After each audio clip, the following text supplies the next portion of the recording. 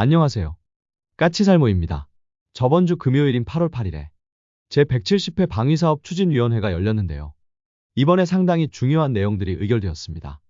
우선 이번에 의결된 내용들을 보면은요. 리본부교2 사업 추진 기본 전략안, 그리고 고속 상륙정 블록2 사업, 그리고 전투형 무인 수상정 사업, 여기에 한국형 전투기 체계 개발 기본계획 수정안이 있었고요. 마지막으로 해상 작전헬기2 구매 계획안이 있었습니다. 다들 상당히 중요한 내용이라 한 번씩은 살펴봐야 할 것 같은데요. 그래서 오늘은 이것들이 어떤 사업이고 어떤 내용인지 이야기해보도록 하겠습니다. 그런데 분명히 말하지만 오늘 내용은 결코 유쾌한 내용도 아니고요. 그리고 아마 많은 분들이 이번 방추위 내용을 다른 유튜브에서도 봤을 텐데요. 그런데 아마 제가 하는 이야기는 그 어디에서도 본 적이 없는 내용일 것입니다. 그래서 오늘은 아무도 알려주지 않는 진실에 대해서 이야기해볼까 합니다. 그 전에 앞서서 우리나라에서 러시아의 킨잘 극초음속 미사일과 마찬가지로 탄도미사일을 활용해서 극초음속 공대지 미사일을 개발한다고 하는데요. 솔직히 이 이야기를 벌써 제가 여러분에게 할 필요도 없을 것 같고 여러분이 알 필요도 없는 게 아닌가 하는데요. 어쩔 수 없이 소식이 나와서 이야기를 해야 할 것 같네요. 이번 이야기는 8월 8일 공군본부가 국회 국방위 유영원 의원에게 제출한 자료에서 나온 이야기로 우리는 한국판 킨잘로 부르는 극초음속 공대지 유도탄 사업을 고려하고 있다고 합니다. 그런데 문제는 이게 개발되기로 결정된 것도 아니고 이런 무기를 개발할지 안 할지 고려하고 있는 것에 불과하고 솔직히 어떤 무기의 개발을 고려하는 건 아마 우리 군도 전 세계 모든 종류의 무기의 개발은 고려는 할 것입니다. 다만 과연 이런 무기가 우리나라에 실제로 필요하냐는 다른 문제라 많은 무기들이 고려만 하다가 필요성이 없어서 개발을 하지 않는 경우가 엄청나게 많습니다. 그래서 솔직히 불과 고려 단계의 무기 개발 소식을 벌써 전할 필요가 없는 건데요. 그런데 요즘 이런 이야기가 특히 유영원 의원실을 통해서 자주 나옵니다.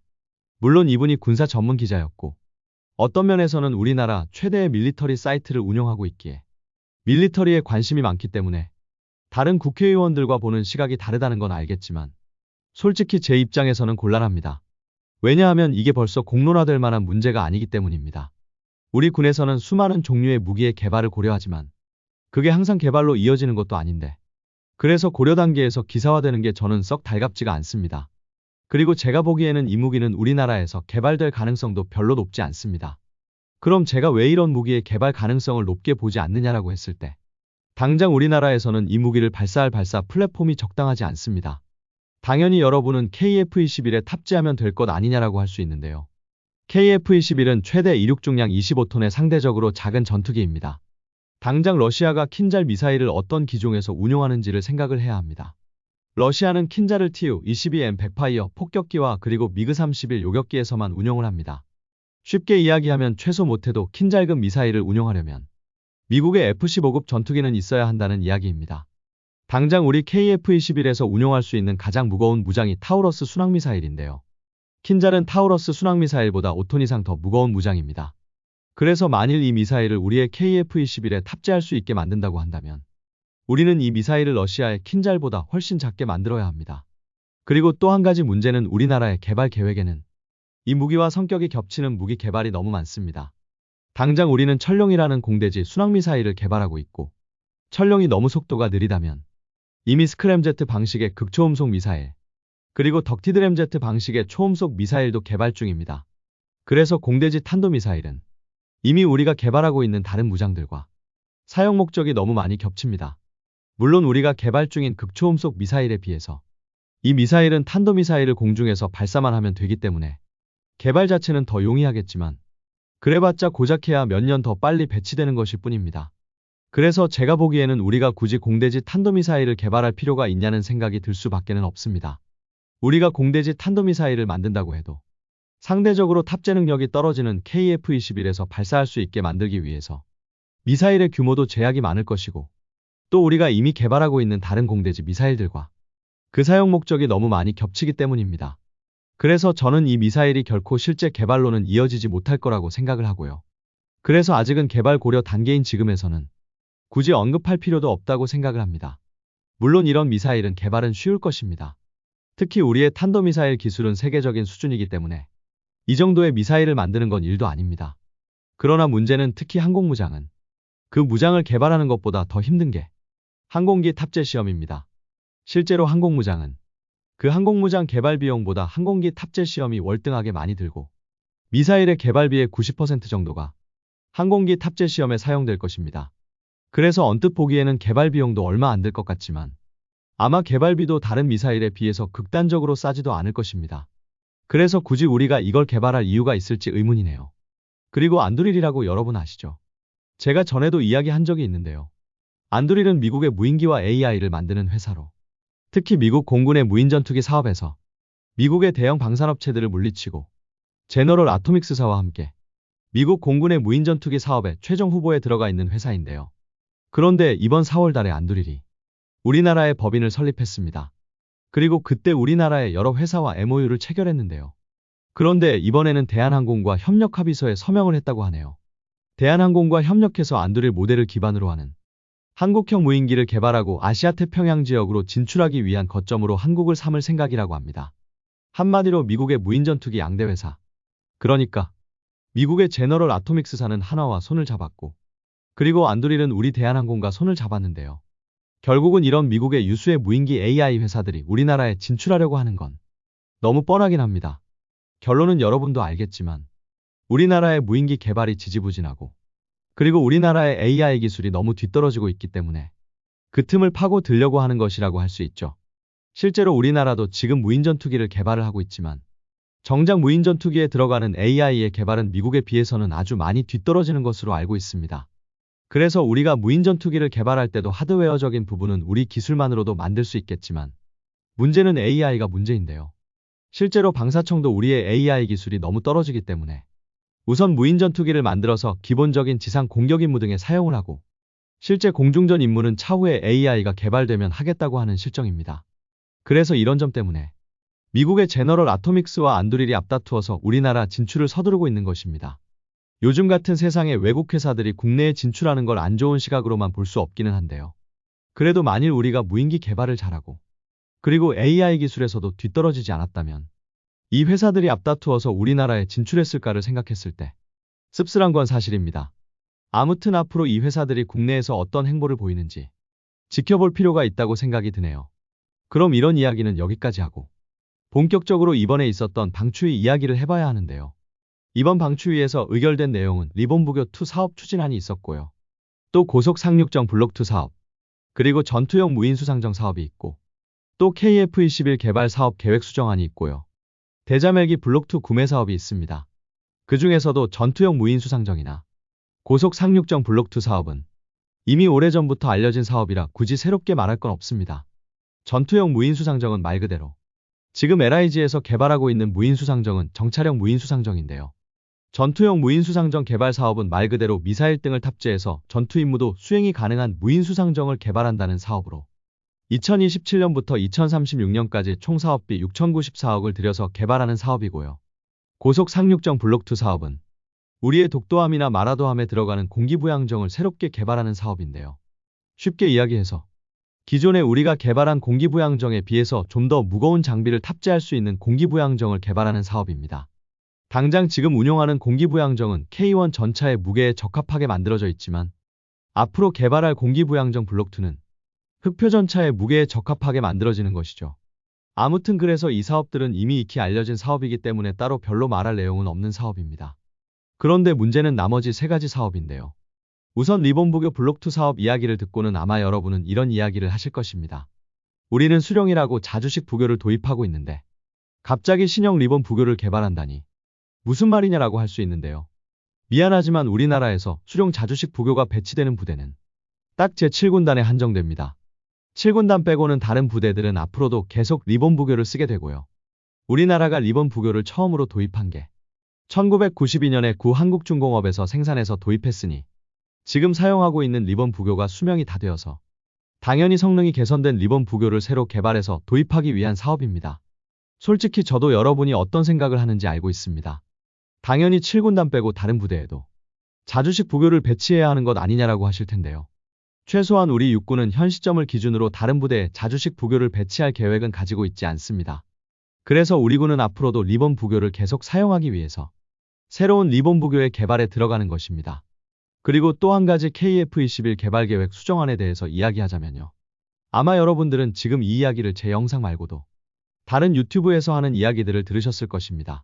그런데 아마 실제 이게 무슨 내용이지에 대한 진실은 어디서도 듣지 못했을 거라고 봅니다. 다른 영상에서 뭐라고 이야기하던가요?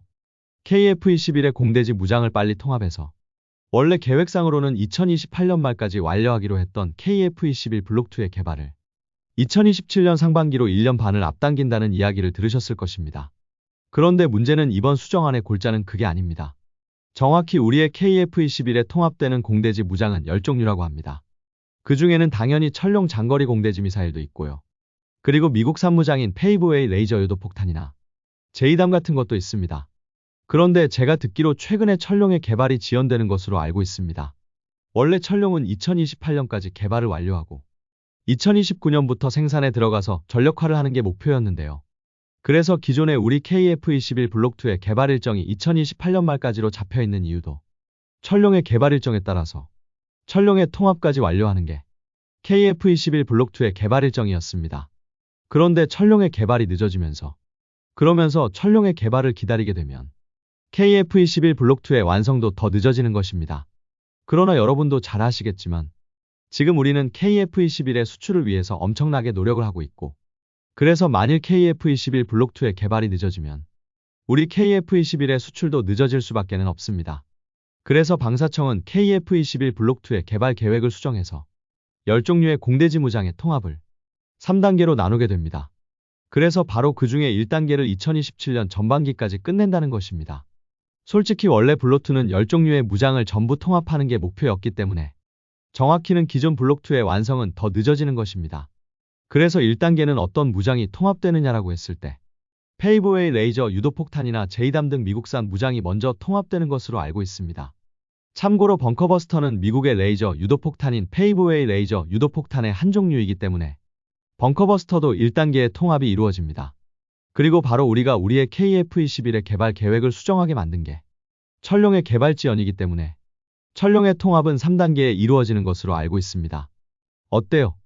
다른 유튜버들은 KF-21 블록2의 개발이 앞당겨진다고 이야기하는데 현실을 들으니 그게 아니죠. 아마 현실을 듣고 많이 실망하셨을 텐데요. 저라고 이런 소리를 하고 싶겠습니까? 저도 다른 사람들처럼 그냥 여러분에게 기뻐해라. KF-21 블록2의 개발이 앞당겨진다 라고만 말하고 싶습니다. 그런데 그게 아닌 걸 어떻게 하겠습니까? 실제로는 오히려 철룡의 개발 지연으로 KF-21의 완성이 지연되는 건데 저도 다른 사람들처럼 거짓말을 할 수는 없지 않습니까? 당연히 저도 씁쓸하죠. 그런데 어떡합니까? 씁쓸한 이야기는 이게 다가 아닙니다. 이제부터 해야 하는 이야기는 더 씁쓸할 것입니다. 마지막으로 할 이야기는 대자멜기 블록2 도입 사업인데요. 솔직히 이 사업을 어떻게 이딴 식으로 진행하는 건지 방사청을 욕하고 싶습니다.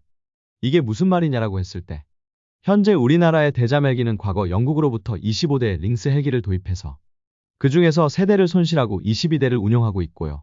그리고 2010년경에 있었던 1차 사업에 의해서 영국의 와일드캣 8대를 도입해서 운용하고 있습니다. 그러다가 다시 2차 사업을 하게 되는데요. 이 당시 국내에서는 수리온 헬기를 이용해서 국산 대자멜기를 개발하자는 이야기가 있었지만 국산 헬기 개발 방안은 좌절되고 미국의 MH-60R이 선정되어서 최근에 MH-60R이 순차적으로 국내에 들어오고 있는 중인데요. 그래서 2차 사업을 통해서 우리는 총 12대 MH-60R을 도입하게 됩니다. 그래서 이번에 또 3차 사업을 하게 되는데요. 그런데 분명 3차 사업인데 사업명은 해상작전 헬기2 사업입니다. 아무튼 이번 3차 사업은 가장 규모가 커서 총 24대의 대자멜기를 도입하게 되는 사업입니다. 그런데 문제는 3차 사업은 이미 기종이 정해져 있습니다. 솔직히 그래서 저는 이것 때문에 화가 나는데요. 왜냐하면 현재 우리의 해상작전 헬기 3차 사업에 참여하겠다고 하는 회사는 MH-60R을 생산하는 로키드 마틴뿐입니다. 정확히는 시코르스키인데 시코르스키는 로키드 마틴의 자회사입니다. 그래서 지금 이 사업은 로키드 마틴 한 회사만 참여하기로 해서 아예 아무런 경쟁도 없습니다. 그럼 어쩌다가 일이 되었느냐라고 했을 때 우선 와일드캣은 이번에 방사청이 요구하는 요구 조건을 충족하지 못해서 아예 사업에 참여를 하지 못한다고 하고요. 그리고 여러분이 농협이라고 많이 놀리는 NH90을 만드는 NH인더스트리가 이번 사업에 참여하지 않겠다는 의사를 방사청에 이미 전달한 것으로 알고 있습니다. 그래서 원래 이 사업은 일반 경쟁 사업으로 추진했다가 현재는 후보로 MH-60R만 남아서 일반 경쟁에서 FMS, 그러니까 유상군사원조 사업으로 사업 방식을 변경해서 추진하고 있습니다. 원래는 일반 사업으로 추진하다가 미국의 MH-60R이 선정되면 그때 FMS로 변경해야 하는데 이번에는 후보가 MH60R만 남아서 바로 FMS로 변경한 것입니다. 그래서 이 사업은 사업을 시작하기 전부터 MH60R로 확정입니다. 그러나 이게 어떤 의미인지는 여러분도 잘 아실 것입니다. 결론은 그럼 우리는 이번 3차 사업에 미국의 록히드 마틴에게 완전히 끌려가야 하게 되는 것입니다. 우리는 2차 사업 때 12대의 대자멜기를 도입했었는데요. 그 당시 미국의 록히드 마틴은 영국의 와일드캣과의 경쟁에서 승리하기 위해서 우리의 물량을 미국 해군 납품분과 인도 납품분에 포함시켜서 가격을 많이 낮추어서 우리는 2차 사업 때 MH60R을 상당히 저렴한 가격에 구매할 수 있었습니다. 그래서 그 당시 우리는 12대의 대자멜기를 구매하는데 총 9천억 정도를 들였는데요. 이번에는 우리는 24대의 대자멜기를 구매하기 위해서 3조 2,400억의 예산을 책정했지만 분명히 말하지만 절대로 이 돈으로 24대의 대자멜기를 도입하지 못할 것입니다. 웃기는 건 이런 식으로 아예 경쟁자가 없게 되면 원래라면 사업을 다시 해야 하는데요. 방사청에서 하는 말이 더 웃깁니다. NH90은 우리의 경납고에 수용하는데 안정상의 문제가 있다는 이야기를 한 것입니다. 한마디로 말해서 방사청은 아예 어떻게든 와일드캣이나 NH90을 설득해서라도 이 사업에 참여시켜서 경쟁을 유발시켜야 하는데 그럴 생각도 의지도 전혀 없습니다.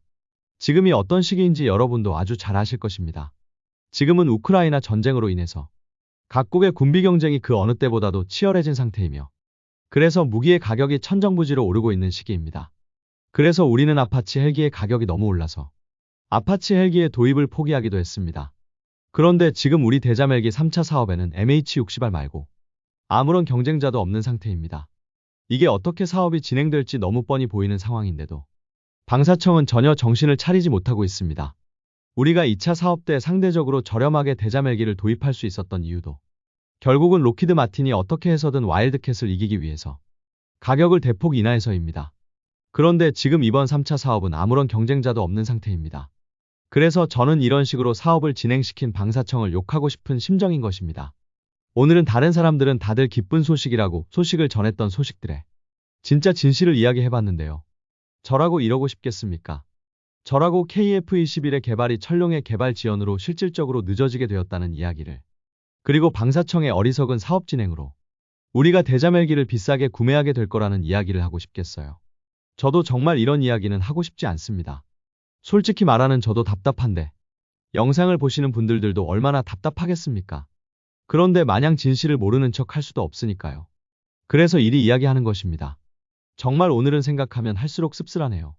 이상 영상 봐주셔서 감사합니다.